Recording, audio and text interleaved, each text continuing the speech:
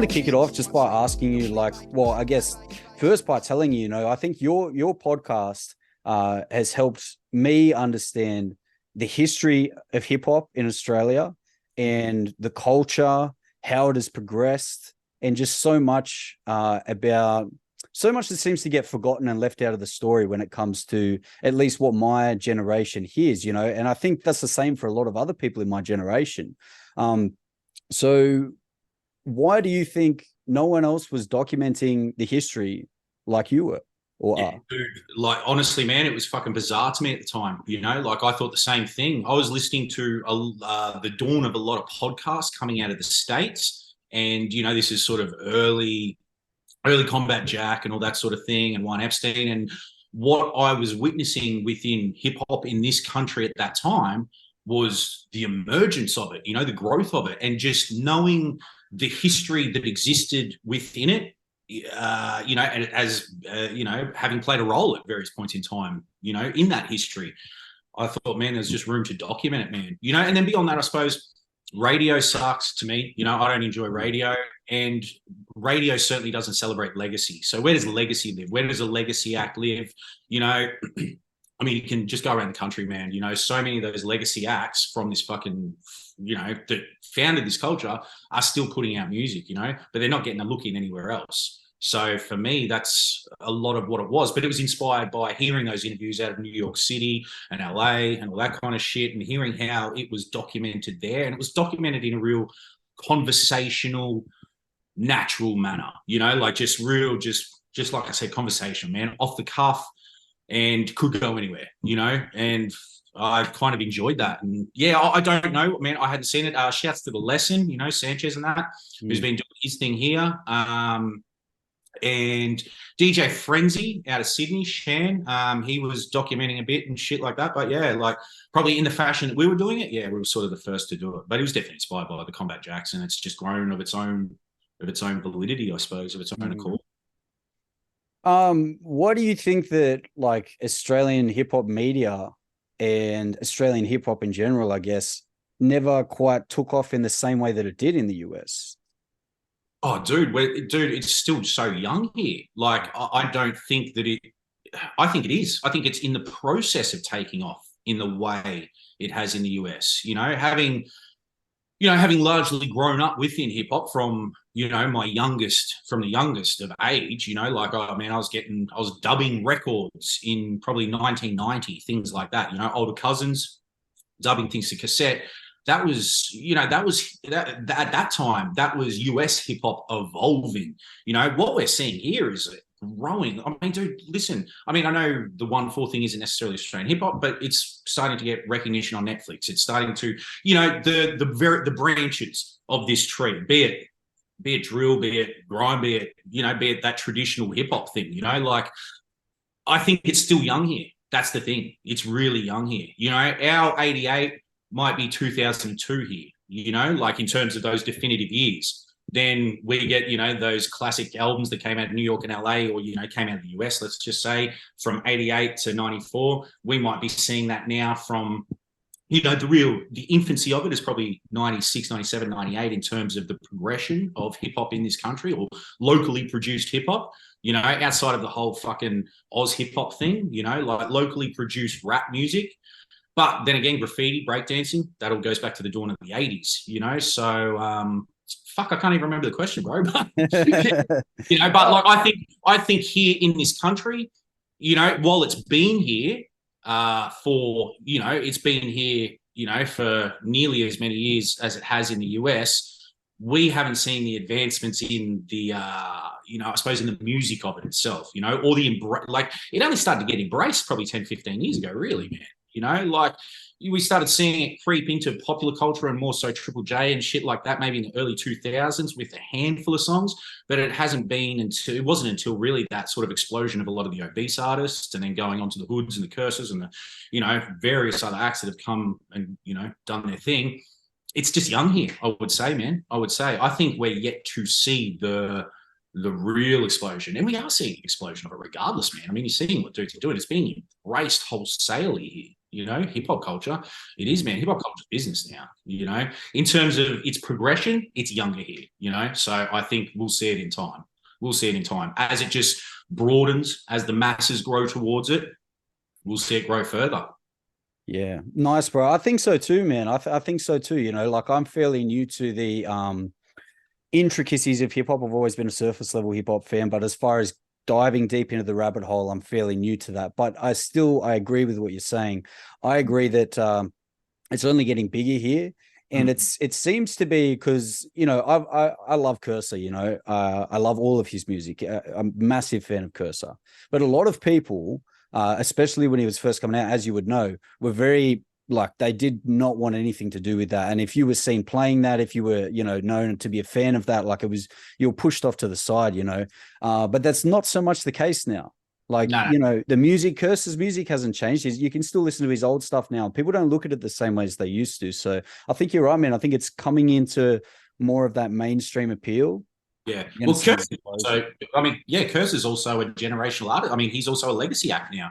I mean, he's fucking 10 albums deep. And I agree, dude. I saw how dismissive people were of Kerser initially, because he came in the game on that early YouTube wave and all that kind of thing. He learned how to embrace an online audience in an organic manner. And I think he really set the precedent for so much that came after him. So at this stage, you can't front a fucking Kerser and what he's done. And Kerser forever tips his hat to everything that came prior to him, So yeah, 100%.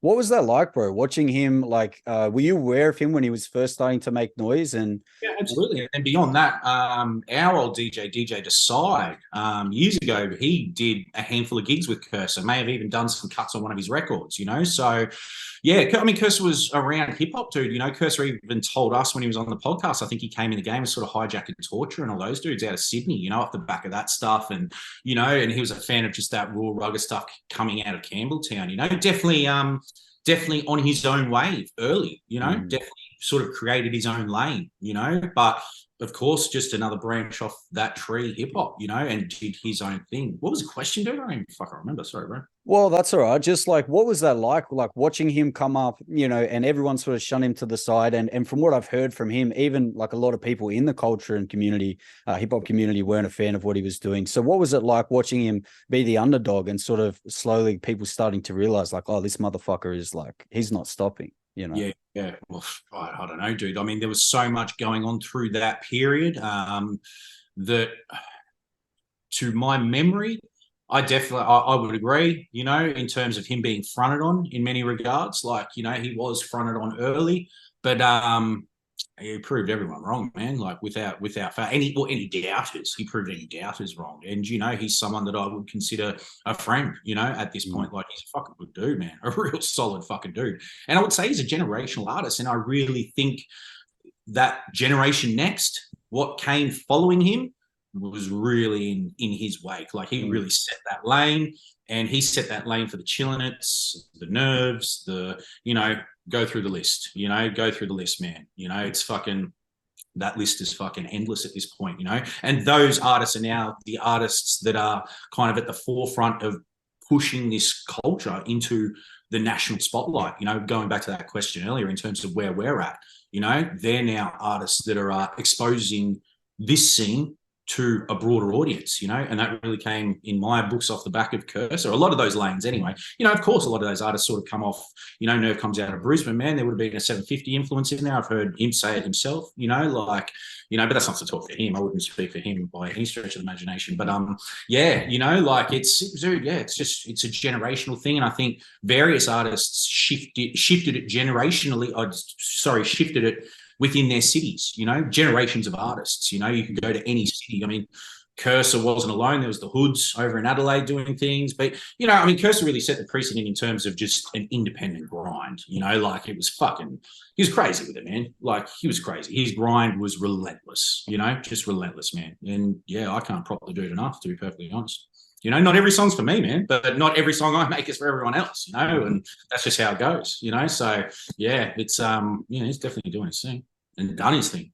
Exactly right, bro. And yeah, like what you're saying, not every song's for you. And I think that's the right mindset to have. There's a lot of people I think they have the mindset of like, oh, I don't like his music, so I don't like him. But you need to be able to, in my opinion, look past the music and look at him as a character and what he's achieved and his determination, his fucking, because you were saying, you know, his work ethic and his drive was unmatched, but also that pathway was never done before. Like, it's not like he had a fucking tutorial book or other people he could study and look at that most of us have, you know. He did it all his own way, you know what I mean, which is crazy. No, he set a precedent, man.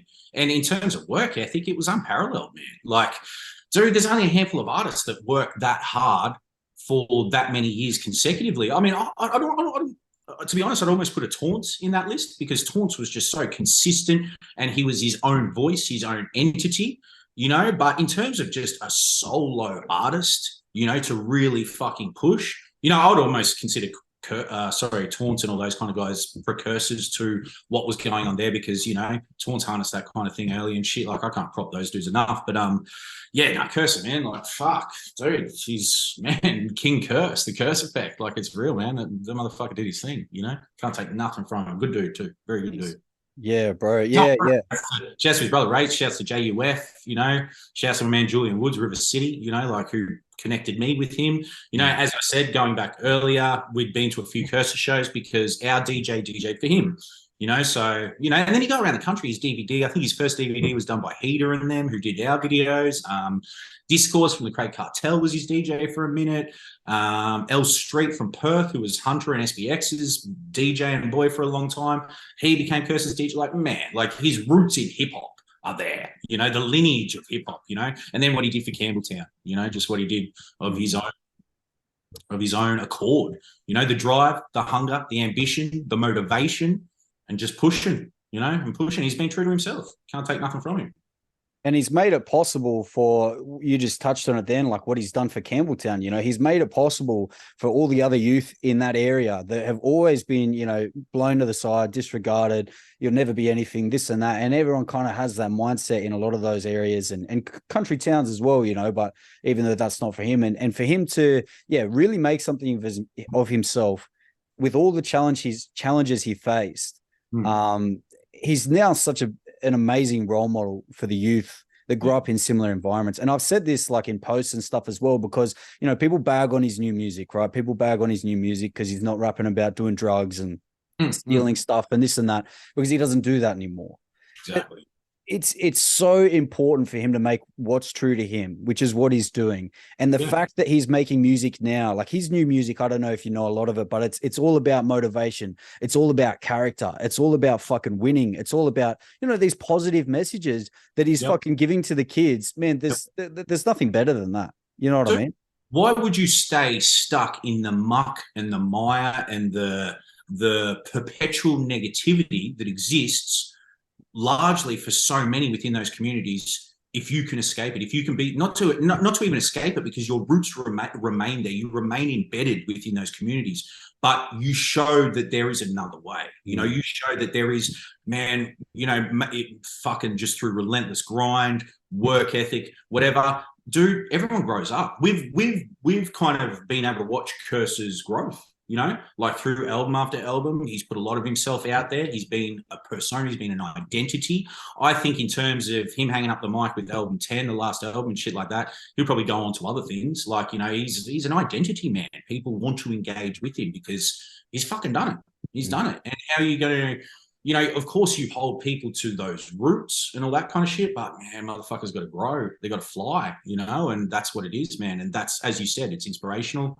It's ambitious.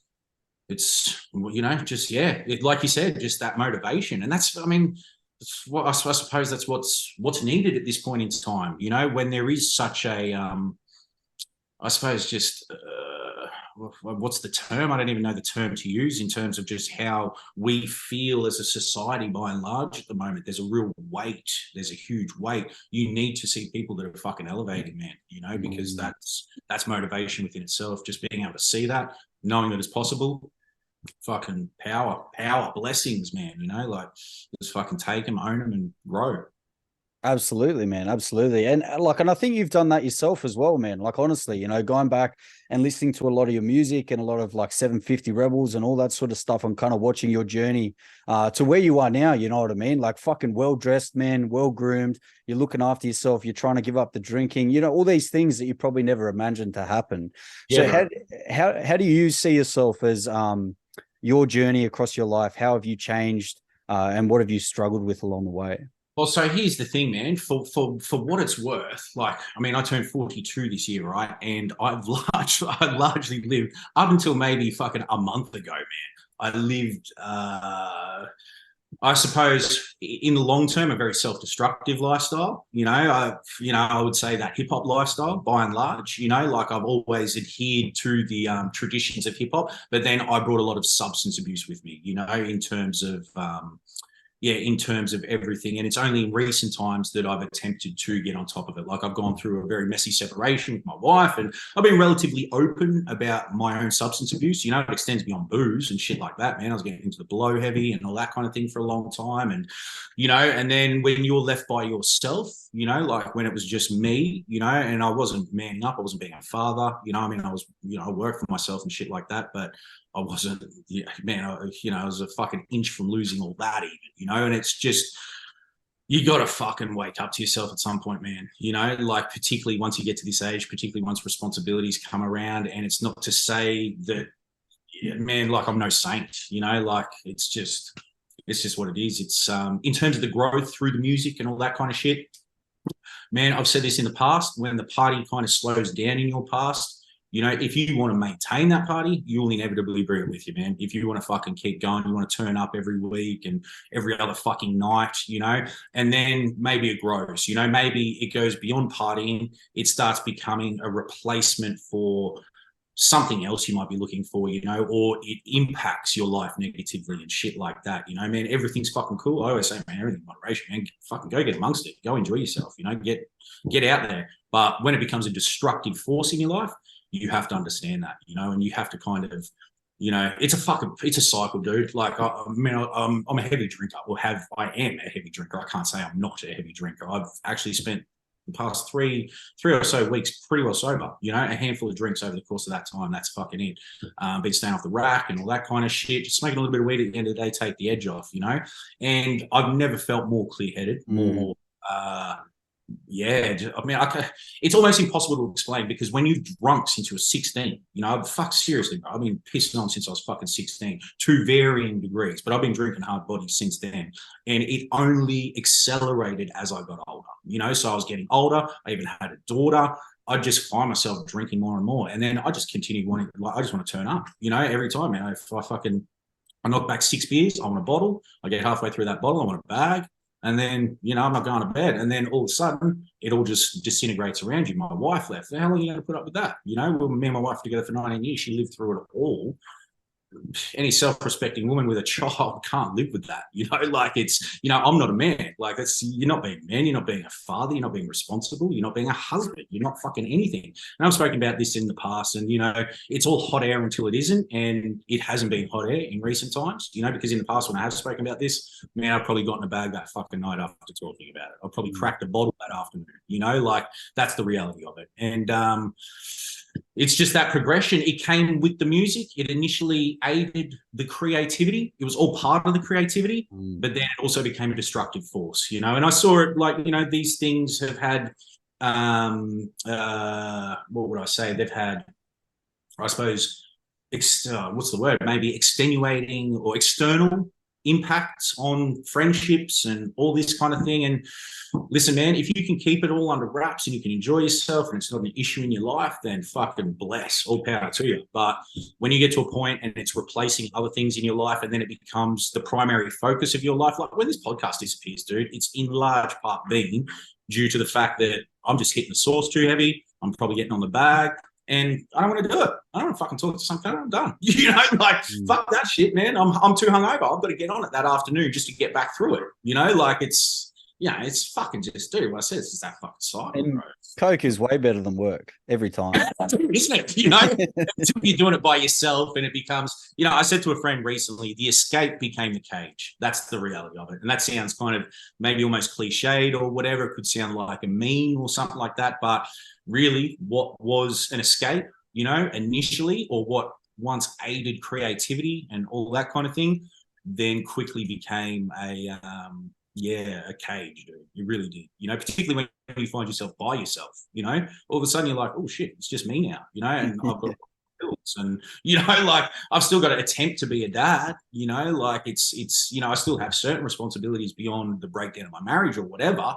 It's, you know, and then beyond that, it's also proving something to yourself, you know, like it's really, man, at a point you got to do it for you, you know, like you can offer all these excuses and all this bullshit, but you kind of got to just do it for you, you know? And I think most things will benefit from you doing it for you around you, you know, like, because the pursuit of it itself is the most selfish thing on earth. Like you'll find yourself, you're just a piece of shit. You become a piece of shit on any level, man. Any drug, any substance used to excess will just fucking, you know, it'll just crumble you up. You know, if you can use it, man, if you can just fucking get out there and get amongst it once every so often, fucking boom. Like I said, man, I'm not trying to be sober Sam. I just want to be able to fucking I want to be able to control it. That's I don't know that I ever will be able to control it. That's the reality. That's the reality of my life because I haven't controlled it up until now, you know? So if I can ever control it into my future, I don't know. Right now, I can't run the risk of that. You know, I can't, you know, I'm just, I can't do it, you know? So it's just kind of like, I got a lot to do. I can't do that in order to get the things I want to do done. Yeah, that's just got to sort of take the back seat now, you know? And it was just ruining everything, man. Like I was just, you're a fucking wreck every day. You know, the only thing that makes you feel normal again is getting on it, and everything around you just starts fucking just going to shit, dude. You know, and then you got to fucking pay for it, dude. Like fucking leading that life, dude, costs a fucking $1 million, you know. And that's not and that shit isn't the hip hop life, man. That's not fucking the life, man. You know, like the life exists well beyond the substance abuse that comes along with it, you know. But you know, 750 and all that kind of shit, man, it was fucking, man, heavy drinking, you know, like, but been drinking since I was a kid, you know, that's what it is. You know, I've been drinking, man. I tried my first beer when I was 10. You know, like I once spoke to my wife years ago, put me onto a psychologist. She's like, I'll get onto this psychologist, talk about your drinking and shit. I remember I had this fucking one thing. It's like the first consultation or whatever was like, how does it make you feel? And I'm like, bitch, I'm talking to you. How do you think it makes me fucking feel? You know, I love the shit. What do you want from me? You know, but I'm here talking to you, you know? So it was that fucking nonsense. It was just that gobbledygook. And then the next one was, can you you know, go back to your earliest memories of drinking and then your relationship with alcohol? And I remember being a kid in Melbourne. I was 10 years old. It was the Collingwood fucking whatever grand final at the dawn of the 90s. And me and this kid across the road, my old man was out the back getting drunk. We were sneaking sips of his beer and shit. And then, you know, it just escalated from there. And then the booze and then the drugs came into play probably into my late 20s. You know, really, I wasn't heavy on drugs early. It was always just alcohol largely.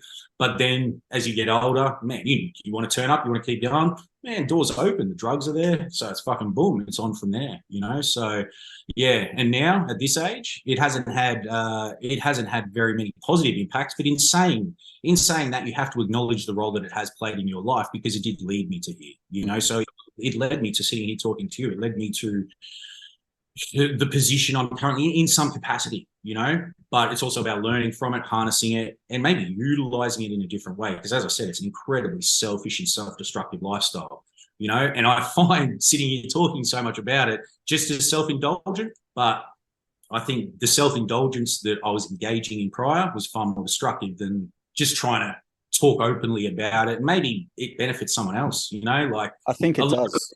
Yeah, a lot of relationships come to an end over this kind of thing, you know, like I said, me and my wife would get it for 2 decades, man, like 19 years, you know, and that's not an easy pill to swallow as a man, you know, when they up and leave and take the kid and all that kind of shit.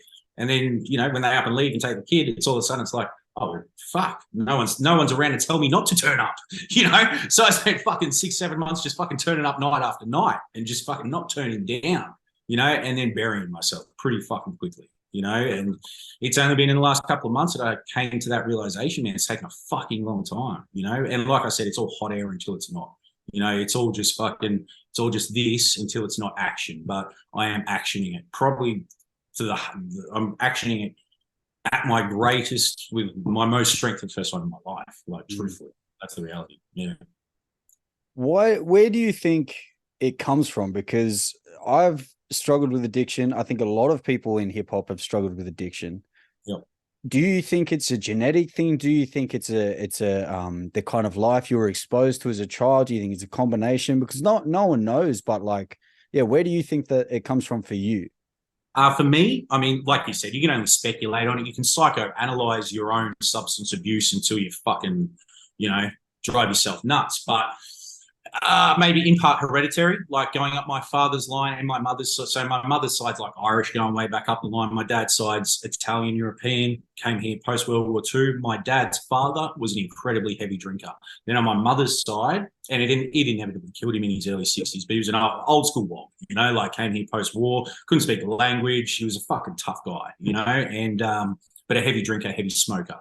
Now, that's not to say that it skipped a generation, because my old man was a heavy smoker and shit like that, but quit that, but never really drank. And my mum would always say, "Oh, it skips the generation," But then my old man would point at my mum and go, "Well, look at you, look at your side of the family," because my mum's side of the family all died of emphysema, and I've got numerous cousins on my mother's side that have been in and out of trouble with substance abuse. A lot of fucking trouble stem from addiction. So I've got a lot of cousins that I looked up to as a kid.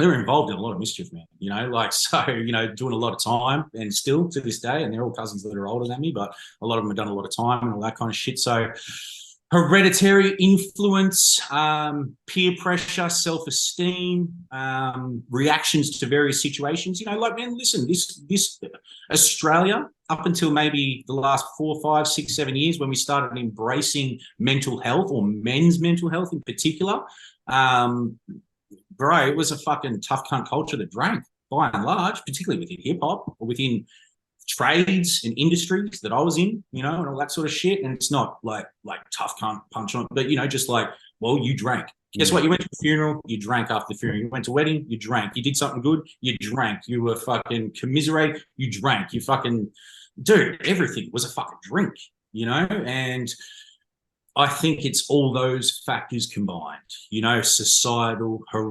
hereditary, your own self-worth, because that's something that fucking comes along with it, man. The worthlessness that comes along with persistent substance abuse. And then when you look into the impacts of alcohol, when you start looking into it, man, this shit's fucking poison, bro. I've been poisoning myself for fucking 25 years. Man, pumping fucking durries. Man, when I was getting on the chimp and all that sort of shit heavy, you suck down a pack of durries every fucking night. I drink a bottle, go to bed at fucking 2:30 in the morning, wake up and just go, whoa, what the fuck did I do? And then have to do it again that afternoon, and I've been doing that for fucking years, but years ago, we'd drink twice a week, 3 nights a week, and then it just kind of escalated, and all of a sudden it's like, well, I don't even know what I'm drinking for anymore. Is it habit? Is it to feel good? Is it to whatever? Because it's not really making me feel good. It's fucking, dude, it's this, I don't know. I suppose it's an existential conundrum, you could say, in some regard, like fucking substance abuse, dude. I mean, listen, that's my nose, bro. Like, I've just fucking destroyed my fucking nose. Dude, I'll be open. I've got a fucking, man, I've got to have a fucking deviated septum going here, man. The amount of shit I've fucking shoveled up, and my liver has to be that fucking black by now. Couldn't tell you, it's just, yeah, I don't know, man, so I'm just punching the waters and shit these days. It's crazy, man. I remember thinking, about myself, because we lived, we got up to some stuff, like nothing too crazy, but like similar, is what you're saying, it'd start off just a couple days a week, and then at its worst point, me and the guys I was living with, like, we were getting on like MD and obviously drinking as well, weed as well. We couldn't really afford bags, we fucking had no money for food, but you made enough money to just buy MD, and we were doing that nearly every day, man. And it's the same thing as like what you're saying. And fuck, I can't even remember where I was going with that originally, but it creates the need for itself. You know what I mean? Because you're so depleted of any sort of feel good, any sort of self-worth, anything at all. Without it, you need it to just not hate yourself. You know what I mean? Well, I used to do, so my thing used to be like, I would drink, right? So I would start drinking, and I might not even be thinking about getting on the rack or anything like that. And it's like you said, man, like of all the fucking drugs you can pick, I picked the most fucking expensive one on fucking earth. You know, like yeah, it'll bury you quickly. You know, and there's only so long you can juggle it, man. Like I got to a point where I was paying my rent on time. Like fuck, I'd look around. I get up in the mornings. I look around my house. My dishes would sit. I just have dinner plates too, dinner plates and glasses that I was drinking out of. I wouldn't do them for fucking weeks. You know, like but. Fuck, what was I about to say? What were you saying? Sorry, dude. I fucking went off track there. That's all right. We were talking about, I was talking about MD, and you were saying you picked an expensive one. Yeah. I can't remember. But yeah, man, I mean, I'd get all that shit. MD, never really into meth, but fucking, I remember I took meth one, but dude, I railed meth one night. Like, oh, fuck me. And I fucking just went mental for like fucking 2 days. And that was in lead up. Yeah. Oh, dude, it was in lead up to like my 40th birthday, and my wife couldn't get in contact. Oh, it's just like, man, you're making shit, dude. But it started by drinking, you know. But that's okay, so that's the point. So initially it used to be it was kind of like the byproduct of drinking, you know. But I noticed, and this is one of the things that made me want to pull it up, was the fact that it stopped becoming, or getting on the bag at very least, stopped becoming the byproduct of alcohol. It was actually just becoming an excuse to get alcohol. So it used to be like I'd be drinking and then, okay, you just want to turn up. It fast became, making a call, getting the bag, and then grabbing a six-pack on the way home because knowing that I wanted to get on the bag, you know? So it was like, dude, what are you doing here? So it's not even the booze anymore. It's actually like, you know, the blow is now just facilitating the booze, whereas the booze used to facilitate the blow. You know, I wouldn't want to get on the rack unless I was fucking drinking, and I'd generally be deep by the time I got on it. You know, it's like 11:30 at night. It's like, fucking, when can we get a bag? You know, like that's when it was. But then it quickly became, I was on it the night before, finishing work in a fucking hour. I'm going to start sending text messages, find out where I can find a bag. And then I'll grab a six-pack on the way home, need a pack of durries, and have to do it again the next day. And if I didn't do it again the next day, I'd probably need a few drinks to get through the afternoon. I'd take 2 vowels to knock the edge off the booze. And it's just this perpetual cycle, dude. You just turn yourself to fucking shit, your mind to mud, and your life to fucking even less. And it's that worthlessness, man. It's that worthlessness, you know? And then you create the worthlessness, you know? You're not worthless. You are worth something. You are worthy. You're creating worthlessness, you know, and that that's it. It's of your own creation, you know, and all the drama that comes along with that lifestyle, man. Like, yeah, it's just nonsense, man. You know, you lose a lot doing it, dude. Any addiction, any substance, you will inevitably lose a lot. And beyond anything else, dignity, your dignity, man. You know, like you can't put a price on that, man. You know, like you might find someone again, you might mend bridges within family and friendships and shit like that, but you take a long time to earn trust, dignity, and respect again. You know, like that's a harsh truth, you know, because that's a reality, man. And you'll lose a lot. You'll lose a lot before you even ever come to that realization. And I know a ton of people that never come to that realization, you know, people that I know that are far older than me that are just in the grips and probably won't change, you know, and it's not to say I'm fucking changed, man. I've got a long path ahead of me. It's been a few weeks, you know, but, you know, we just got to keep working. We just keep working. It starts with the mindset though, right? And you've got the right mindset, you know, so I think that's good, bro.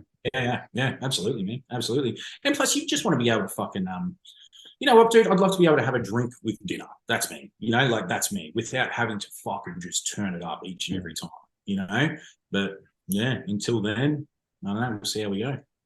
I've ruined my ability to be able to have a casual drink by overindulging in my earlier part of my life. You know what I mean? I didn't start drinking at 10. I started drinking at like 16 or whatever at school because I grew up in the country town. And everyone out there drinks, man. There's nothing to do, you know? Exactly. So it's just every weekend at school, someone's having a party and it's a small year group. So everyone goes and it's just always this, you know, drinking and stuff. But, oh, dude, it's the same. Man, it was the same for us. Like, I mean, I didn't start drinking at 10. It was just when I have my earliest memories of trying alcohol, you know? I'd get sneak sips of my mother's wine and shit like that. I'd be like, oh, what's this they're drinking? Just tasting that. It wasn't until I was 16, 17 where drinking really took off. And then by the time I'm 18, we're in clubs every other fucking night. And then you're trying to rap beyond anything else, you know? So it was a culture of drinking then. Like, you know, in the late 90s into the early 2000s, the culture of drinking was heavy within hip hop. It was huge. It was part and parcel with it. You know, it was almost drinking was the fifth element of hip hop in Australia, you know, like in many regards, like across the country near enough, you know. So that was all part and parcel, man. But also, I think that was a broader cultural issue because, man, we had alcohol advertising everywhere up here. We had the fucking Winfield Cup and the fucking this, you know, so there was cigarettes and alcohol and, you know, and the people we looked up to, my old man fucking sucked down a pack a day until he was fucking 60, you know, like it's just, excuse me, it's just, yes.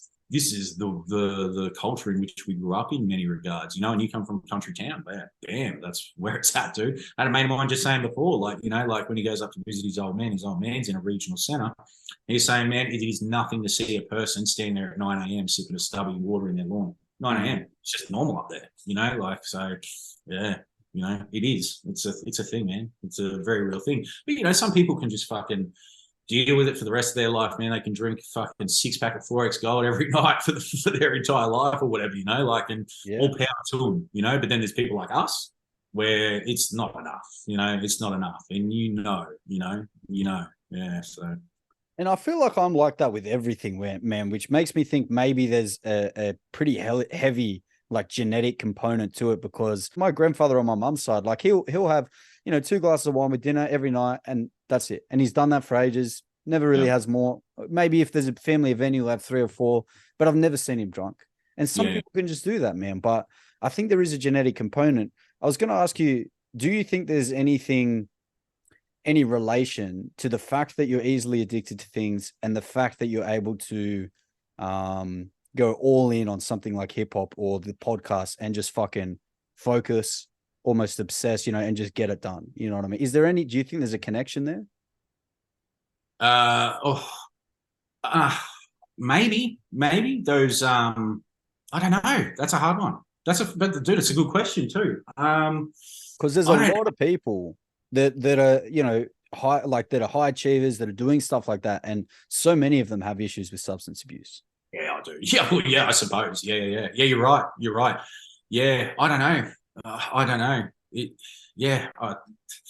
In terms of them walking hand in hand, or okay, so maybe the compulsion and the obsession that you pursue a substance with, if you take that energy, because it takes money, it takes energy, it takes want, it takes desire, it takes a degree of ambition to get on every day. You know, it's like, oh, how the fuck am I going to do this? Where am I going to get this from? I got to find this cut somewhere. You know, you'll go meet someone fucking anywhere. You know, like, you know, what was that dude? I heard something said recently, man. You know, the dude that said hugs are better than drugs. That cunt never waited outside an apartment block in Kangaroo Point at 2 a.m. You know, like, you know, I never waited on the side of a street for a fucking hug. You know? So the ambition that it takes to fucking pursue that life, if you can channel that energy into something fucking better, yeah, you know, very much so, maybe, very much so, you know, very much so, man. You know, but it's also a lifestyle that sort of comes along with it. Sometimes you're addicted to just the chaos, you know, you're addicted to the craziness that comes with it. You know, if we've been involved in hip hop for the periods of time we've inevitably navigated some probably interesting life issues in pursuit of this life, having pursued it for so long. You know, like, man, I've been doing this shit since fucking probably 98. Yeah, seriously, since 98. You know, late 98, I started writing raps, man, hard out. I was listening to rap music prior, or in band since I was 16. So I started band when we're 16. That fucking morphs into writing raps in 98 and just pursuing hip hop hard body since, you know. So that's what, you know, we're talking 25 years now, you know, like, so yeah, you've probably navigated a degree of dysfunction, as you said about, you know, the drinking and stuff like that. Like my nonna, I was talking about my dad's dad before. Man, he would drink a carton of beer a day and you wouldn't know he'd had 2. Like, could just do it. You know, and in terms of inheriting certain things, I can fucking stomach a shitload of piss and you wouldn't think I'm as blind as I am. You know, like I could drink a bottle, dude. I could put a bottle away in an evening by myself, like it's fucking nothing. And then probably need a beer to chase it, or would have started on beers and shit. Like, oh, bro, easy. Like it's nothing. I don't even need blow to do that. You know, I can do that without rack. You shove 2 cheekies up my nose, it's fucking on. It's off to the races, bro. Like, you know, like I can fucking do it too easy. You know, a bottle is nothing, you know, but a bottle is where I draw the line. It's like, once that bottle's gone, it's time for bed, you know? So, you know, yeah, it's an interesting one, man. I think maybe, yeah, there is a mirror between, or, you know, there is a parallel that maybe is mirrored between the addiction and then the pursuit of something else, you know, but then maybe the addiction came along with the pursuit. Because as you said, so many successful, high functioning people have these fucking crazy addictions and shit, you know? So yeah, I don't know. I don't know, but that's an interesting question. Yeah, so many do, bro. So many do. And I find it interesting as well. I was listening to this podcast, Soft White Underbelly. If you ever listen, looking for something fucking real crazy, have you heard of it? Yeah, heard of it. Yeah, definitely. Oh, crazy. And yeah, one of the people on there was saying that she was like a sex worker for A-list celebrities, and she wouldn't name them, but she was saying every single one of them, they were smoking crack, they were doing coke, and like every day and fucking drink. And so it's, you know, these people that we think are you know, in the movies, and they got the shit together, this and that. Like I just can't help but think there's a correlation there, you know. Bro, that's a fucking industry of degenerates. Like, you know, the entertainment industry, bro, on any level is an industry of fucking degenerates. And you can quote me on it, man. Fucking quote me. It is an industry of fucking degenerates. Dude, you can even look at, what was it? It was just fucking, so, you know, man, I live down the road from fucking the Suncorp Stadium, which is just down the road from where I live. And Paul McCartney was playing there the other night. And I was telling someone, like, it was 5-6 years ago when he was going through all those divorce proceedings, and his fucking Sheila comes out in the media saying that he's a heavy cocaine user, smokes marijuana, drinks fucking, like, this is a motherfucker in his 60s. You know, you go into the entertainment industry. I've had friends that work in Australian cinema, like good friends, and the fucking stories, man, like it is a fucking industry of degeneracy, you know, because it's also fucking, it's an industry of self-obsession. It's an industry of just being catered to. It's an industry of self-indulgence that's catered to, that is damn near applauded, you know, like, and it's, I don't know. Someone said to me the other day, like, you know, what would you be in greater pursuit of, fame or greatness? And I'm just like, well, fame just comes, like, that degenerate behavior just comes with fame. Greatness is a fucking process, you know? That's kind of off the subject, but it's, yeah, dude, I don't know. I can't remember what the question was once again, but yeah, the entertainment industry, bro, fuck that noise. Yeah, man. You know, but you make a very good point. The pursuit for fame, and you know, one thing that I don't know how across what you how much you're across what I do, but essentially a lot of what I do is I'm looking for underground artists and stuff like that, and trying to showcase good music that's actually genuinely proper good music that just no one knows about, you know, because anyway, the market's flooded, this and that. But one thing I've noticed from coming across hundreds and hundreds of underground guys and this and that, and sometimes people that have been doing it for like 20 years and still no one knows about them, and sometimes they're making decent music, but what I've noticed is a lot of the times the ones that don't gain any attraction are the ones that are pursuing that fame, or maybe they're pursuing money, or maybe they're you know, their passion doesn't actually lie with the craft. Their passion, it's that self-obsession, you know, that you were talking about. Well, it's the immediacy that's generated by,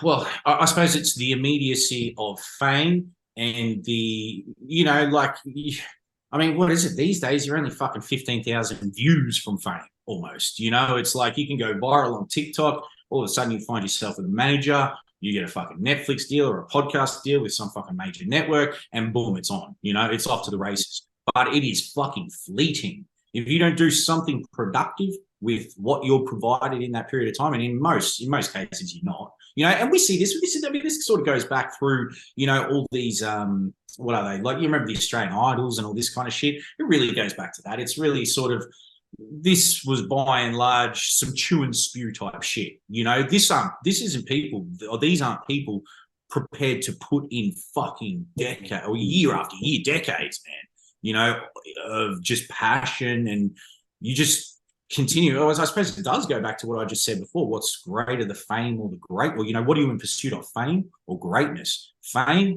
you'll get that like that. You know, greatness will happen when that fame is a memory.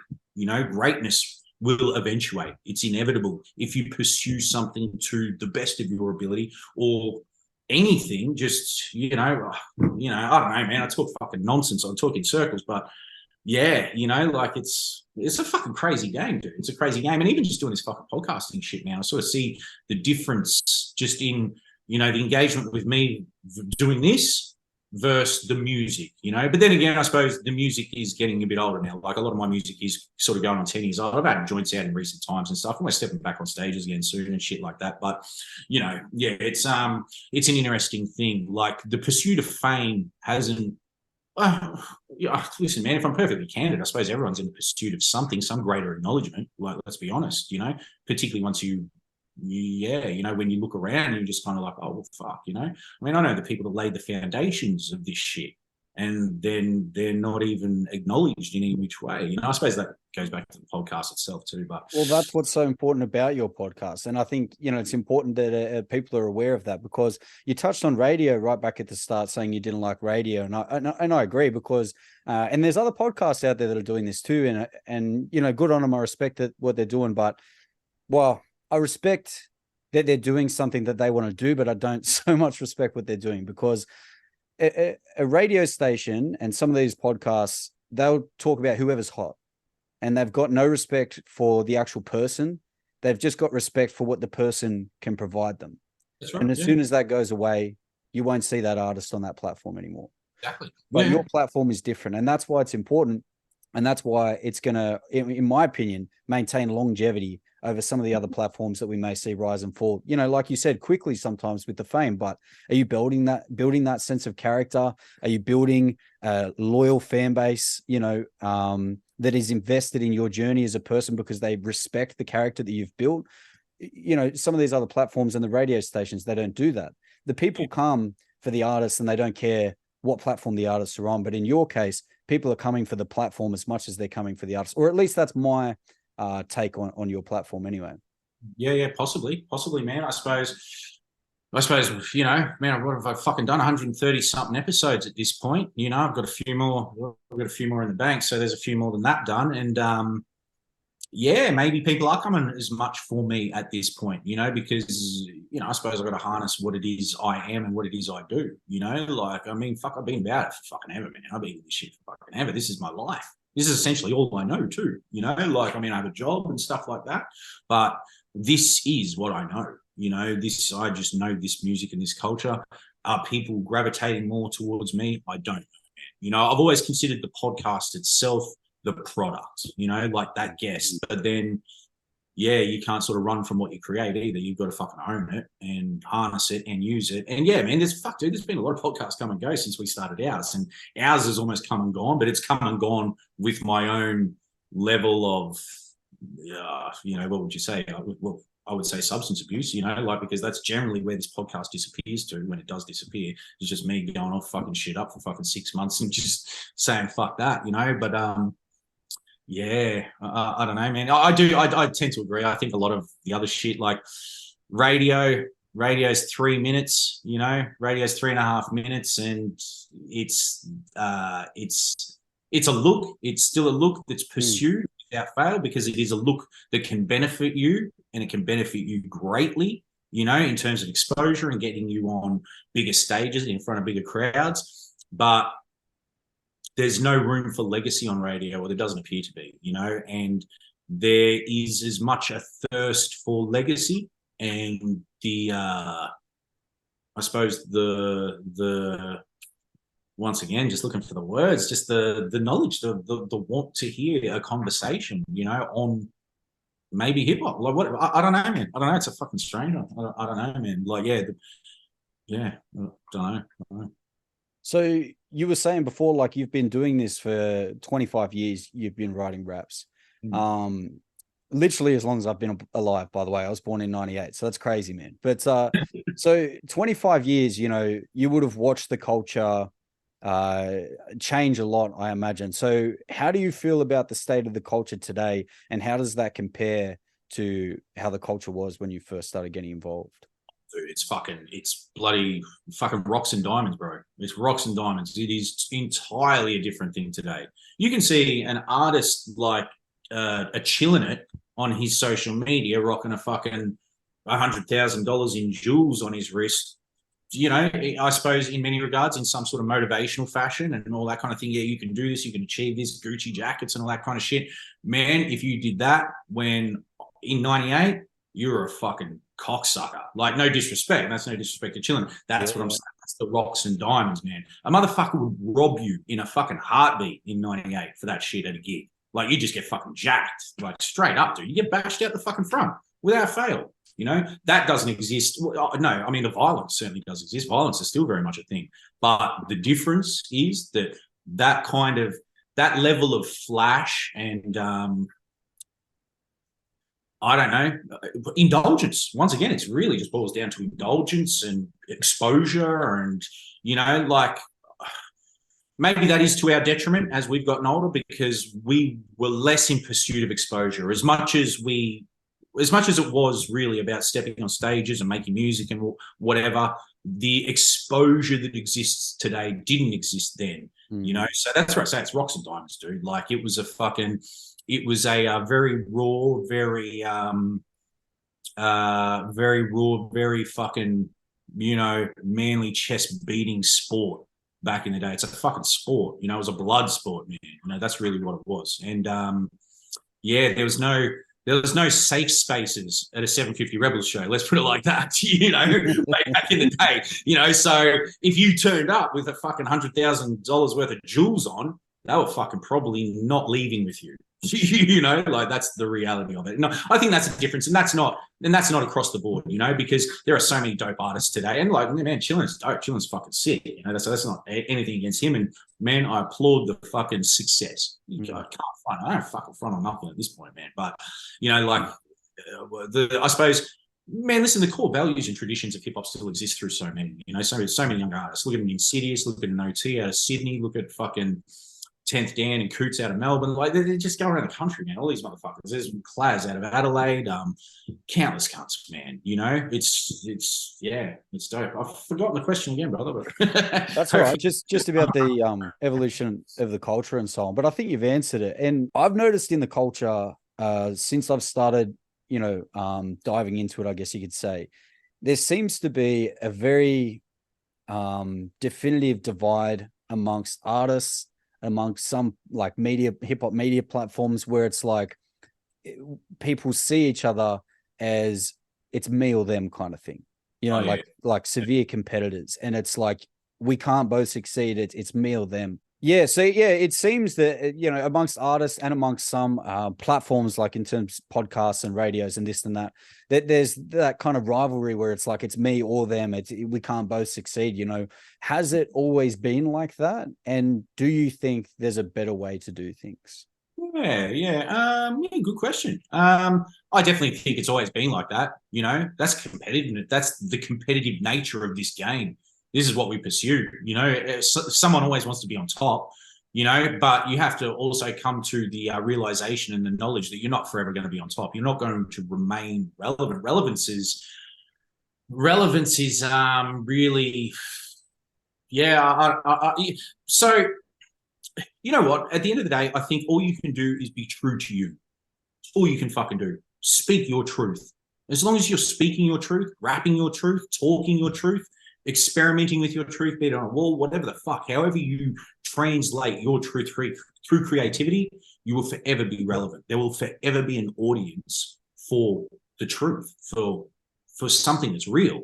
You know, when it's not real, when it's something for ratings, when it's something for views, when it's something for likes, that'll quickly get weeded out because it goes back to that thing, fame or greatness. What are you chasing, man? Like, you know, and yeah, I do. I look around and I kind of go, yeah, okay, you know, like, but that's why I appreciated you and appreciated you reaching out to me, because you seem to, like, I enjoy the fact that you want to know about what's real and what's going, or, you know, beyond that, you're interested in the origins of this culture here, you know, because so many people aren't, you know, and it's, well, but so many people are too in saying that, you know, like, it's fucking, you know, but yeah, I don't know, man. I don't know. It's a funny one. It's interesting, I think, as well, man, because I think, you know, going back to the question I asked you before about, you know, where Australia is with its sort of hip hop evolution in comparison to the US, like, personally, I believe that there could be a correlation between the fact that we haven't evolved as much and the fact that we are so opposed to each other's success. You know, honestly, personally, I believe that we can still be competitive while helping the sport, if you will, in a whole, you know what I mean? um, by teaching each other little things, by showing each other little things, by showing up to each other's gigs and sharing the news about each other and building a real community. You know what I mean? Not to say that it's not a community, but building that community feel. So, you know, like I've got my best fucking mate, for example, he's genuinely my best mate. He's taught me so much about discipline and this and that. We are both so competitive. And when it's time to compete, we go fucking hard. You know what I mean? And it's me or him. But when when that's over, it's back to mates and we're interested in each other's success. And man, if we can cultivate a culture of that and we can support that kind of thing, I think fucking hip hop in Australia can reach fucking unprecedented heights. You know what I mean? 100%, dude. Yeah. In terms of, I suppose, the parallels, I mean, man, hip hop is just competitive. That's what the fuck it is, dude. Like, it is competitive. And because, you know, at this point in Australian hip hop, it's a very, I think it's also become a very solo driven thing, you know? So we see more solo artists than we do crews, as much as we do still see crews. There are crews. So yeah, that is what it is. But it's very individually driven in many regards, you know? So there's just a couple main ones that I wanted to touch on, if that's right, and then we can move on towards the end. Then there's just a couple of fan questions. People wrote in a few questions for you, so if that's all right. So the first one is, I was watching the interview you did on The Lesson, and that guy, I'm yet to explore a lot of his stuff. What was his name? Did you say? The Lesson, DJ Sanchez. Sanchez. Cam and Sanchez run, you know, the Lesson and all that sort of thing. Yeah, nice. I'm yet to explore it, but that your episode was the first one, and I like it, so I'm going to check more out. But he asked you if there was ever, you know, anyone that you've accepted that you're not going to be able to get on, and I just really liked your response, and I wanted to know where you came up with that mindset. And you basically said, just straight out no. When he asked you, he's like, no, we can make it happen. And later on, you know, things changed a little bit, but that mindset of just not even questioning whether something's possible, just saying, yes, it's possible. And if we want it, we can get it. Where have you sort of developed that? I don't know, man. I don't know, but I do think in terms of guests and getting guests, I really think anyone is attainable, probably other than Prowler, like as was mentioned on that, you know, like Prowler is probably the unattainable guest for most people, but you know, that no one is probably going to sit down with Prowler anytime soon. And if they do, it'll be a fucking major coup for them. You know, there'd be people closer to Prowler that might get him than myself. You know, like I have no relationship with Prowler, but I've just met him in passing. But in terms of that mindset, because I think everyone has a story, and at a point, there would probably be room to embrace that story and that legacy, you know, for anyone. And it's there's a handful of people that are fucking hard.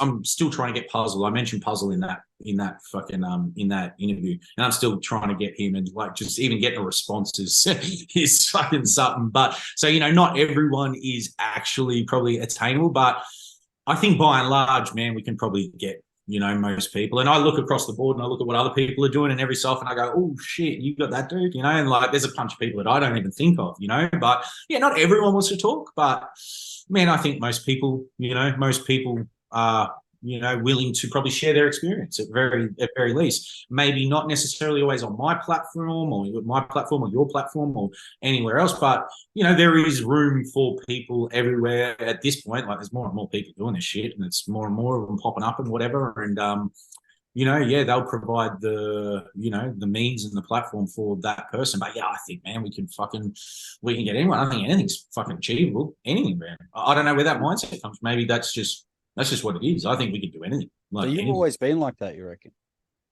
Sorry? You've always been like that. You've always thought that way.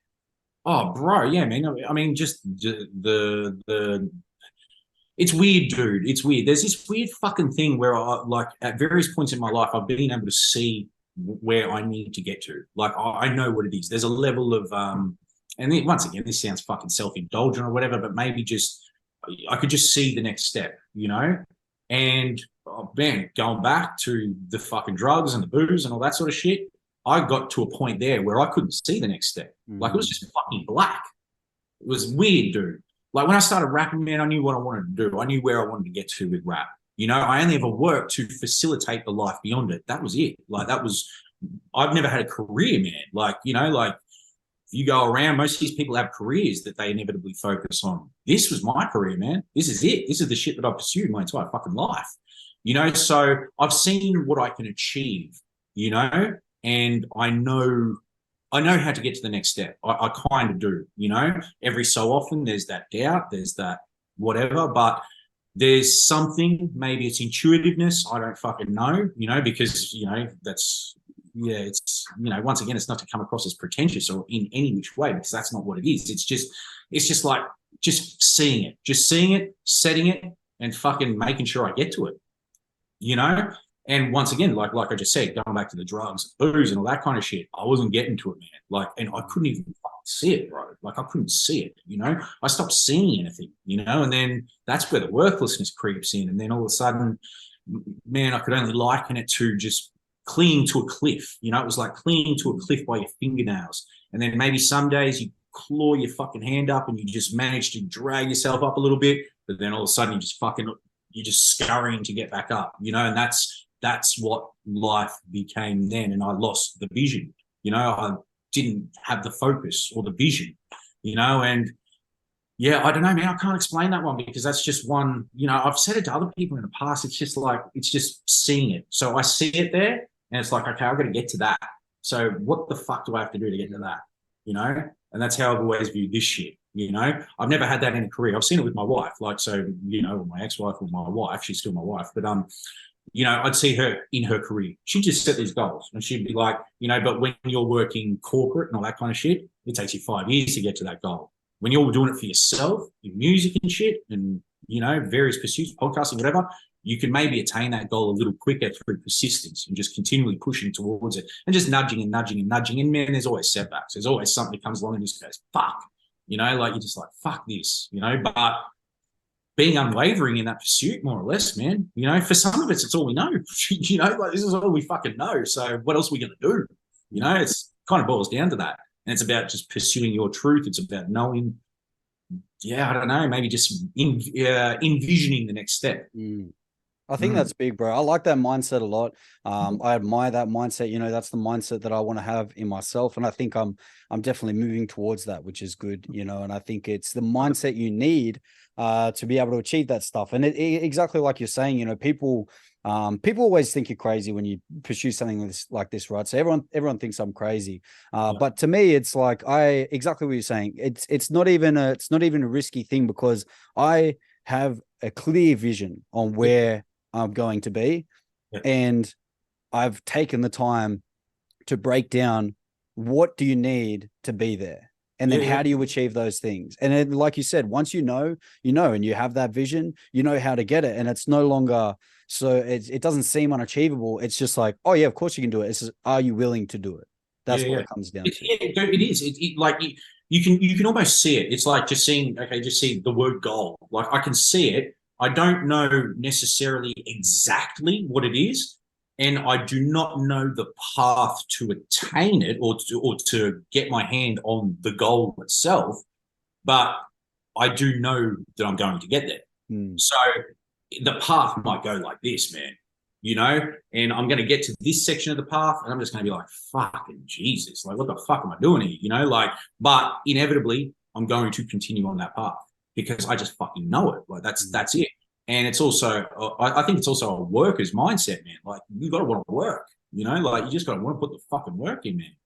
You got to be motivated to work, and motivation wavers at all points. Like, man, there's days where you just fucking can't do shit, but inevitably you have to get up and fucking get to it in some capacity. You just have to, man. And that's, mate, boils down to maybe work ethic, ambition, motivation, don't know, vision, maybe. Yeah. That leads perfectly into the last question, bro, and then we can move on to some fan or listener questions if you want. So I wanted to ask you, how do you motivate yourself on your off days? How do you respond to hate, comments, this and that? How do you battle that sort of side of you that does want to stop and whatever versus the side of you that wants to achieve? Because if I stop, then I stagnate. You know, I'm less in pursuit of relevance. I'm less in pursuit of fame. I'm more in pursuit of the work itself. For me, at this point, the work is the reward, you know? What was the second part of the question, dude? Sorry. Well, yeah. How do you respond to like hate in comments? I think. Oh, okay, yeah. I mean, fuck, dude. Listen, I put something up the other week, man. I actually deleted a couple. You know what? I'm not looking at them, man. Like, I am looking, like, you know, obviously we're all fucking, like, I'm not being inundated with comments, but I'm not staying up on everything. But I mean, even fucking like a week ago, I had someone say, "Oh, fill a fit with smack and shove it in your neck, you deadbeat." Or, you know, it was some shit like that. It's just like, man, what the fuck do you follow for then? You know, like, it's just like, really? It's cool, you know, cool. You know what, man? You kind of just fucking, you kind of take it with the territory, you know, like, there's not much you can fucking do in that regard. It's just, man, oh shit, what happened? Sorry, my battery died. I can still hear you. I'm just Okay, swapping the battery over now. Yeah. You know, yeah, we do. I mean, I wouldn't say I get inundated. You know, I can kind of stay on top of most of what comes in, but I do lose a lot. So for people that don't get responses or don't get a like on their comments, please never be offended over that, because, you know, I'm not Mr. Social Media at the best of times. You know, like, I've got the 420 Superstore and all that kind of shit involved in some of the business behind Beers Beats The Biz. Shouts to Gav, John, Mesk, and all them, you know, and they would tell you themselves that I'm a fucking shit when it comes to the social media. I'm not really staying up on it. I'm not reposting everything. We get fucking, you know, ats and all that kind of shit. I'm not reposting everything, but it's something I am attempting to be more, you know, I'm attempting to apply a greater work ethic to that, you know, because I'll go and fucking, I'll go days without posting something. You know, and I know you have to be posting daily. It's another reason I do this, man, because I see your grind in terms of this, and your grind doing this benefits me, because this is content for our page beyond anything else. You know, this is content for Beers Beats The Biz also.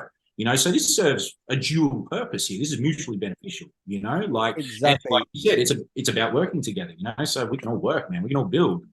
That is a very important point, what you just said, that I want to highlight, and it is mutually beneficial. And that goes back to like what I was saying about how we should be helping each other. You know, if you're coming on here and we're talking, and then you're going on the lesson, and you guys are talking, and there's the culture show guys down in Melbourne. I don't know if you know them, you know, they're doing their thing as well. And I'm sure there's plenty more. And you end up creating this universe of hip hop content that once new people come into the culture and they go, oh, here's a podcast, and they listen to that, you're on there, and then Wiz is on there, you know, from Wiz FM, right? And then they go, oh, there's Wiz FM, and then you know what I mean, and it just builds this rich culture. So I think that's a very important point. But we can move on to the fan questions if you like. For sure. So this one, what do we get, mate? We've got a few. There's a few sort of, you know, kind of basic questions, but that's fine. I told everyone I'll ask him all of them, so we'll go through them all. So you got a few. There is a few. There's not heaps. There's only what is there, like 6 or somewhere around that. Yeah. So the first one comes in from Big Lins. Oh, righto. He wants to know if you think that Big Lins is the best looking cunt in 750. I think he's got the skinniest legs in 750, if anything. Fucking big lids. Best looking cunt in 750, not likely. Great. I'll clip that up and I'll send it to him. If he rephrases the question as the worst legs in 750, he's got it hands down. Big upper body cunt. I didn't realize it. I didn't realize it was him at first, because his Insta handle isn't him. But I saw the 750. I was like, I better check it out. And then I thought, yeah, that's a good one. Big shouts to El Rock. Love So a bloke, Arco Taze. I got a lot of respect for Arco Taze. He's an up and coming guy. He's got that good work ethic. He wants to know how you stay focused when you've got a lot of projects in the mix at once. A lot going on. Dude, not drinking has been helping that. I've got to say, not drinking, not hitting the bag. You know, that's been what it is. I've been so in order to stay off the piss, I've been sort of putting myself to bed. Like, that's what it is, you know, like, you know, I'm kind of putting myself to bed between the hour of 8:30 and 9:30. So I'm up around 5, you know, and, you know, like I've said, I'm smoking a bit of weed just to take the fucking edge off, and so I can sleep and shit like that. But beyond that, man, just keeping a clear head just helps that, dude. I've like, having spent so long fucking drunk, and abusing shit and not sleeping right and whatever. It is crazy for me personally, having not like legitimately not knowing a life of sobriety. It's weird how fucking clear-headed you've done. Like it's bizarre to me, dude. It's bizarre. It's bizarre how a little bit of weed at the end of the day impacts me, because a little bit of weed used to just fucking drag me out. But then I wasn't sleeping, I wasn't fucking eating right. So I'd smoke a little bit of weed, I'd feel like a fucking drag. I'd pass out on the couch, order Uber Eats, get some fucking shit food. I'm now doing different things, man. I now come home, I might go play some basketball for an hour. I'm lifting my fucking weights. I'm fucking doing various things. That helps, man. That helps. I'm actually finding that I probably need to make lists now too, because I'm getting older, man, and I've done a lot of fucking substance abusing. I don't remember a lot of shit too. A lot of shit just kind of comes in this ear and goes out that one. You know, it really does. You know, and it's like I've got to kind of make lists, you know, because I've got a job as well. Like I've got to work, you know, like, and it's just, yeah. So, you know, I've got a lot of things going on at any one fucking point, you know, juggling a fucking, you know, an angry ex-wife or a family and shit like that. You know, it's just like, yeah, man, it's fucking, it's crazy. It's crazy, you know, but yeah, I would say, dude, honestly, man, yeah, fucking not drinking, not drunk, not drugging, not fucking staying up all night. Dude, that'll help you exponentially in terms of focus.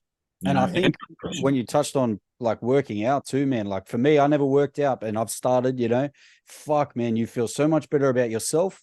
You get so much less anxiety and you just feel good. It's a great way to either start or finish off the day. Dude, that anxiety shit, man, what you just said, I don't think that's something we've even mentioned yet. Fucking anxiety, dude. Like, yeah, straight up, bro, straight up. And it solves so much of that anxiety, you know, like it really does. It really does. Weed isn't good for anxiety, you know, for me personally, you know, but for me, weed is just an end of the day type thing. You know, it's like the end of the day, it's only me. I'm just kicking back. I'm just going to watch some fucking YouTube or some whatever the fuck and go to bed. You know, that's fucking boom. That's, you know, that's where weed is good, because it helps me just turn my brain off for a bit and go to bed. Because that's also, I suppose, something too, you know, sort of, you know, all the bullshit that's going on in your head at any one time. Oh, fuck, I've got to do this afternoon. I should have got this. I've got to pick my daughter up. I've got to fucking, you know, it's just like, yeah. So, you know, I suppose list making, keeping a clear head first and foremost. And then, yeah, the exercise definitely helps. Definitely. Nice. So I don't know. I think Junkie. Sorry, bro. I don't know how to say this guy's name, so I'm sorry you're not getting to mention. But what artists inspired you the most? I know you've answered this on other platforms and stuff, but just for this guy, what artists inspired you most in terms of the podcast, I guess, and in your music as well? In music, man, I go back to the classics, man. Like I was a huge fucking Public Enemy fan, Ice Cube. Going through the years, nonfiction, Jesus Christ, like, yeah, just hip hop in general, dude, across the board. I mean, you go through all, man, I will list all the fucking classics a 90s kid would grow up on, you know, the Woos, the Biggies, the Nas's, the DITCs, the fucking Tribes, the Gangstas, the MOP, you know, all those sort of groups, all of the above. Then the LA shit. I love the LA gangster shit. And also the down south gangster shit, the old Rap A Lot Records stuff of the late 80s, early 90s. You know, a lot of obscure artists, the Convicts, Fifth Ward Boys, Too Much Trouble. Like that shit was fucking crazy to my young years. You know, I'd encourage anyone to go listen to a Convicts record or a Too Much Trouble record. Like it's just, it doesn't fly in today's day and age. Like they wrote some crazy shit, you know, like Convicts. Yeah, the Convicts, yeah, dude. Check out Convicts, self-titled album Convicts. Big Mike and DJ Six, fucking whatever his name is. But the Convicts, check out Too Much Trouble from just man, all the old Rap A Lot record stuff. Gangsta Nip. I mean, these motherfuckers wrote songs about raping women, raping women, beating bitches, like fucking the most craziest music that you would not get away with today. But this is the music I grew up on too, you know, like it was, dude, it's fucking, I mean, listen to the second NWA record, dude. It's just off its head in terms of content and shit like that. There's no way you could release a record like that today. I mean, Snoop probably couldn't release Doggy Style. Doggy Style was celebrating 30 years, I think this month. I think it was released in November 1993. And Snoop is now Uncle Snoop. And he's this identity that your grandmother probably fucking knows. But the music he put out in 93 would not fly today, man. Like that Doggy Style, you know, as palatable and as funky a listen it is, You know, it's just the nostalgia that has come along with Snoop. I mean, Snoop at a point and Dre, they were two of the most dangerous people on the planet. You know, they're up on murder. Snoop had a murder charge. There was fucking Death Row Records. There was all that kind of shit. It's amazing how time sort of mellows and changes things, you know. Inspiration in terms of the podcasting.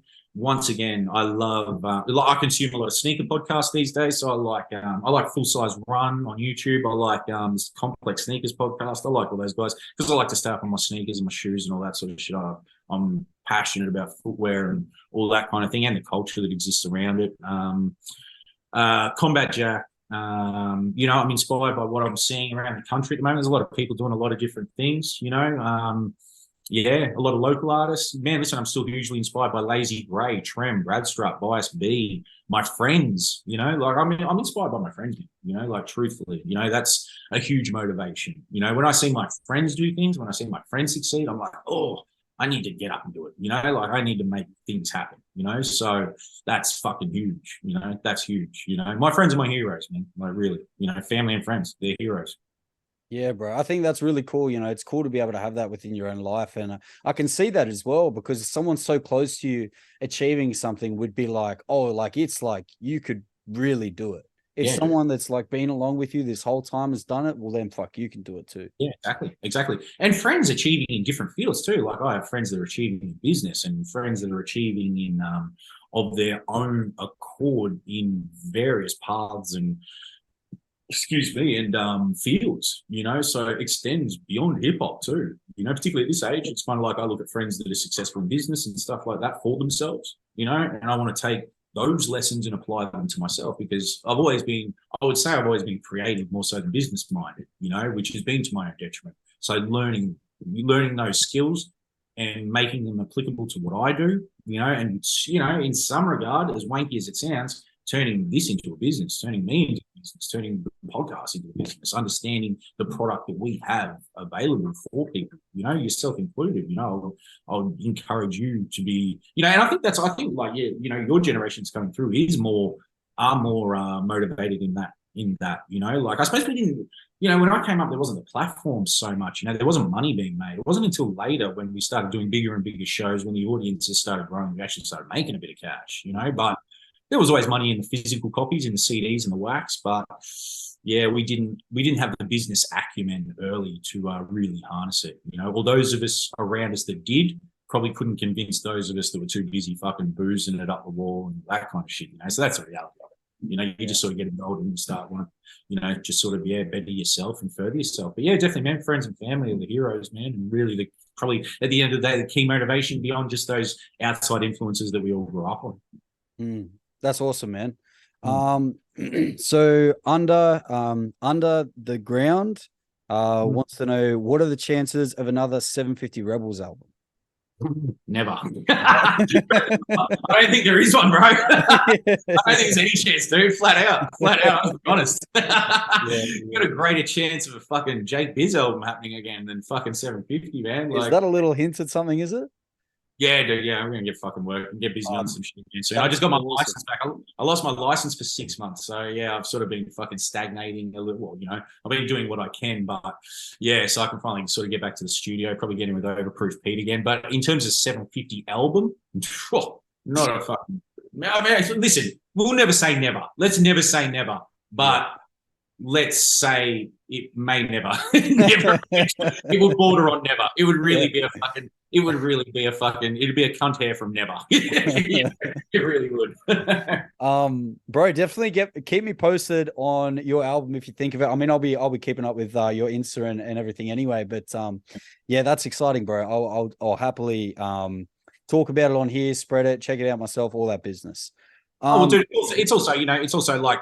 When you know, once again, I mean, just going back from all the pissing up and all that sort of shit, when you're not filling your hours and days with that, you have a lot more room and time to pursue other things, you know, and that's where I found myself. I found myself just thinking about putting pen to paper again, beyond sitting here talking about hip hop, which is, I suppose, what I'm largely being coming to be known for. Dude, I've always pursued the sport of rap. Like I've always been heavy in it, man. Like heavy up until I started the podcast. That was it. And then the podcast started sort of taking off. But yeah, man, I mean, definitely get back into pushing that pen. 100%. 100%. That's awesome, because I think it's also probably going to help you. You said you've got the time for it, but it's occupying that time is probably going to help you stay off, alcohol and everything as well. Exactly. That's awesome. Okay, so we've got two more people. So I'll go the first one because it's a bit quicker first. So Blue Tongue wants to know if you're planning on getting 10th Danny on an episode. Oh, definitely. I'd love to, man. Absolutely. Okay. Nice. Yeah, I haven't spoken to him, but yeah, definitely. I mean, I would like to make that happen. I'm not actually across him, bro. What's his story? Hughes Brothers, 10th Dan, Coots. Man, just making some sort of dope rap music coming out of Melbourne. Who's fucking old mate also that I've spoken to. There's a few dudes. Like, I almost kind of consider it like a sort of a post-Pang Productions type thing. Like the Pang Productions crew, the Matters, the Musts, the fucking Dialect and all that sort of shit. Like, no, but I mean, they're artists of their own, their own merit and all that kind of thing. But yeah, dude, like, Insidious, who I work with up here, he's tight with 10th Dan and all that sort of shit. So yeah, I'd definitely love to make that happen, man. Awesome. Yeah. Awesome. I like that. So Jezza wants to know, okay, what do we got? He wanted to know, would the 750 Rebels ever do another one more posse track? But I'm assuming that one's a no as well. Oh, I mean, you know what? A posse track you might get. I mean, actually, dude, that Kill Squad record. So for anyone out there, Kill Squad, Overproof Pete, Bigfoot, DJ Woolsey, and Heater put out a record, an unheralded gem of a record that came out earlier this year that maybe has flown under a few people's radar. Well worth hunting down. Check out, look for the Kill Squad. There's a 750 posse cut on the Kill Squad. It also features, I think, Kings Connected. So it's 750 and Kings Connected. We all drop 8 bars. So, man, yeah, I mean, yeah, like I said, probably should never say never. You'd definitely get a posse cut done. An album? Holy fuck. We couldn't get an album done in our heyday, dude. We couldn't get an album done at our peak, when we were all in the studio together. But 9 times out of 10, we were in the studio to practice for a show. When it came time to record, it was fucking, it was cracking a bottle, fucking getting into it, so it would turn into a party, inevitably, so you would lose focus quite quickly. And when you're dealing with 7-8 members, yeah. There's 7-8 individual people who have to get onto the fucking same page or at very least onto the same track, which doesn't always happen. That's a lot of people to try and organize, yeah. Yeah. Is there anything, I mean, thanks so much for coming on, bro. Honestly, like I was very much looking forward to this one. This is honestly, I've said this 3 times now, but it's true, every time I've said it. But this has taken place as my favorite episode to record. It's been awesome chatting to you. I think you've got a world of knowledge. I think you're really having a positive influence on, my generation specifically, because you're giving us that opportunity to get a thorough explanation of the history that, I mean, at least for me, like I just had no idea about, so I appreciate that. And I appreciate you taking the time to come on. Is there anything you want to put out? Cheers for tuning in, dude, and cheers for inviting me. And sometimes, and once again, all I can do is apologize to people on social media. As I can be slow and I can ignore like the friend requests or just whatever. I can be slow on the social media and shit. But yeah, thank you, man. Thank you once again for taking the time and also pursuing me. Like I'm trying to be easier to do. Like I'm trying to be easier in terms of this kind of thing, more accessible. And, I'm trying to, I suppose in many ways boost the profile in some way, so I am attempting to be more accessible in regards to this kind of thing because you do. And you have to just be open. And once again, just fucking, and all I can do is speak my truth, I can just keep it as real as I am or can be. That's awesome, bro. Honestly, it was easy, man. It was a very smooth process. Like we only first spoke about this maybe like a few weeks ago or something, and then here we are. So next time we will have to do it in person for sure. But is there anything you want to put out into the world? You've got your show coming up with Lazy Gray. Anything else? Beers Beats The Biz, whatever you'd like to say. Yeah, man. Beers Beats The Biz. Find us at Beers Beats The Biz on Instagram. That's the best place to get at us. We have the Smoke Signals show coming up, presented by 420 Superstores and Beers Beats The Biz in Melbourne. Lazy Gray. I'll be performing with Lays. Shouts to Keep It Moving Mick, who's on the decks. Brad Strutt with Doc Felix. Who else? Oh, Scotty Hines, of course. Shouts to Scotty Hines, a Smash Brother, legend. Mesk, we've got coming down. Mesk, who helps us here on the podcast and is part of the business of the show, filming and all that kind of thing. He's launching his own album. Man, he's an incredible MC of his own right. Mesk has been at it for damn near 10 years himself up here in Brisbane. You know, so he's launching Dero. You know, he used to be part of a crew called the Syntax Junkies. Man, like Mesk is bordering on fucking just greatness in my books. You know, he really came up alongside Nerve and Scrub and then kind of pursued his own path. You know, pursued his own path and chose, you know, the lifestyle that we all choose and whatever, you know, but he's definitely back on track. He's fucking killing it, man. He's killing it. So he's launching Dero, and then, yeah, we got the Coneheads and Il Feral and I think a crew called GNS. So, yeah, that's coming up on December the 2nd. Get your tickets. It's going to sell out, man. It's going to be a fucking big night. It's a legendary, man. It's going to be one of the nights of the year. And, yeah, we're looking forward to that at the Laundry in Fitzroy. So, yeah, other than that, man, stay tuned to the podcast, stay tuned to the social media. Once again, I'm attempting to be more present on social media. And also sometimes you'll get Gav on the social media. People think they're talking to me, just so you know. You're not always talking to me on social media. It can be Gav from the 420 Superstore replying. I'd like to make sure that's stipulated because a few people just thought they're talking to me. And I'm like, that wasn't me. I don't know what the fuck you're talking. I won't see every DM and all that sort of shit. Gav will be onto some of them. But yeah, so yeah, man, we're fucking there. That's pretty much what it is, man. Shouts to 750 Rebels. Shouts to my friends. Shouts to my crew. Shouts to my family. That's what it is. Awesome, bro. Thanks so much for coming on, man. Yeah, it was great. It was awesome. But yeah, I hope you guys enjoyed and we'll chat to you next time. Peace. Hey, man.